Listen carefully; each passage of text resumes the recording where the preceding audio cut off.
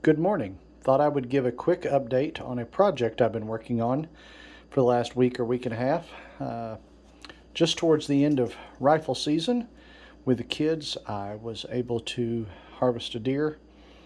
Uh, we went out and did rifle hunting there at the end of December, hung the venison up for about 2 weeks to dry age.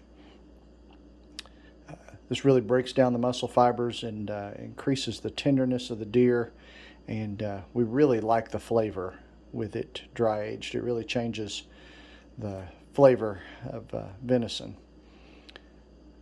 Then what I did was take the back two hams and the backstraps, and I put them in a brine mixture that I use for my pork to turn them into hams. So they are cured, and then I smoked them all day. One day, let's see, I think it was Saturday, all day Saturday. Smoked them up to 135 degrees. And what I have here is the finished product. So we have two half hams. This was one hind quarter of the deer. And then here we have sliced ham out of the other hind quarter. You can see that's probably the best cross cut of one. A little bit of marbling in there. Flavor is amazing. All of this was smoked at the same time. So this set of ham here all looked just like that one until I ran it through the slicer. Sliced this thinner. This is say 3/4 of an inch thick, roughly. Piece up there. Yeah, 3/4 of an inch to an inch thick. Each one probably weighs half a pound or thereabouts. And then this, I don't know, you could call it Canadian bacon. That's what I'm calling it. It is the backstraps, cured in the same mixture. Smoked a little less time. I smoked them up to still 130 degrees, but being smaller cuts of meat, they didn't take nearly as long. So this tastes amazing. I had a couple of slices of this morning. They're ready to eat. You can take them right out of the package and eat. Not a lot of fat content in these, so they're a little drier, but they're still plenty moist and plenty tender. I got five packages. These probably weigh 6 to 8 ounces each. This was both of the back straps. So there was 4 pieces. I cut each back strap in half to make it fit in the smoker a little better, and then sliced all 4 of those up into these 5 bags. They probably lost somewhere between 1/3 and 1/2 of their volume during the smoking process. Man, they taste amazing. That's going to be really good with some breakfast or on a pizza.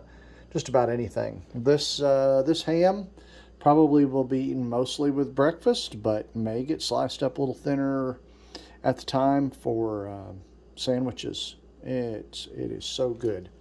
And these will probably be saved more for a dinner. They're already cooked all the way through, so they'll just need to be reheated a little bit. Probably do that maybe in the crock pot or the oven. Let them get hot, not really add any additional rise in temperature to them so they don't dry out much, and they can be eaten cold. They're fully cooked at this point. So just a little update on this process. I use PS seasonings. I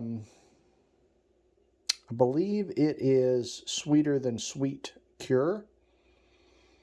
It's not that sweet. It's mostly salty, but it is got just a little bit of a sugar taste to it, so it's like a sugar cured ham more than a really salty country ham. I've used the saltier country ham, and my blood pressure doesn't appreciate it. So this is what I use. I've used it for bacon, for ham hocks, and for hams for probably 3 or 4 years. I don't have any complaints. Anybody that eats any of it, they're a fan. Sometimes, if there's any difference, it's from one pig to another pig. One might be a little tougher or something. Sometimes I have to do something a little different that way, but the flavor comes out amazing with ham hocks, hams. I've done one other deer hind quarter this way earlier this year. A friend of mine asked me to. It came out amazing, and that's what prompted me to do this last deer. The rest of it got ground up, and will get turned into jerky. Hopefully here in the next couple of weeks. I've got a couple of new recipes for some cracked pepper jerky, and I think the other one is maple jalapeno, if I remember right. So hopefully I'll crank out 20 or 30 pounds of jerky for us and the kids and good friends and neighbors, and be able to share a little bit of it. This farm's a real blessing to us, and it's a real bounty here in this area. You can't beat Arkansas. It's got the fish, it's got the wild game, it's got plenty of scenery and lovely places to be, and it's a real blessing for us. I don't ever intend to move away unless circumstances change. So this is our forever home. But just want to give you a quick update. If you've got any questions, post it in the comments, and I'll see what I can answer. Y'all have a great day. God bless.